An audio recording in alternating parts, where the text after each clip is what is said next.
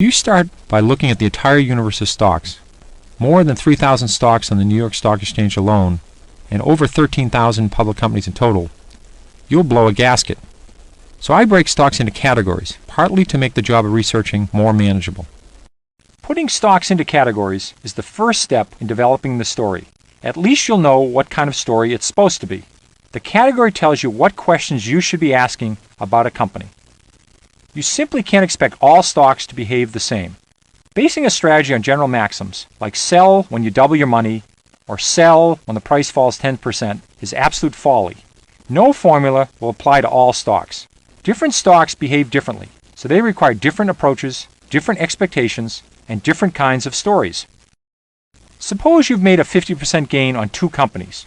One is a fast grower with a long way to go. The other is a big, lumbering, slow growth company that has already saturated 95% of its market, and that market itself is growing slowly. The 50% return is fantastic for the slow grower. The chances are it's time to sell it.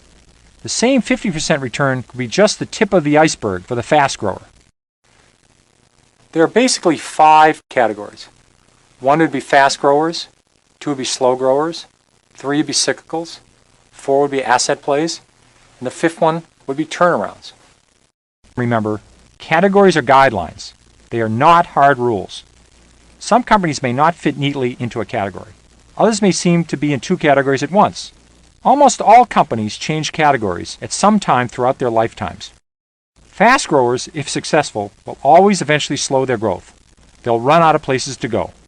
Cyclicals experiencing long down cycles may become turnarounds. Once recovered, they probably will be cyclicals again. Use the categories as guides to help you build your story, but don't let them limit the questions you ask or the research you do. One thing we can say about companies in general: it's easier to go from $100 million in sales to $200 million in sales than it is to go from $10 billion in sales to $20 billion in sales. So smaller companies tend to have more upside potential than larger companies. But don't dismiss all big companies out of hand. Some big companies defy their size and find exciting new ways to grow their earnings. As well, good opportunities exist in companies that are cyclical, regardless of their size.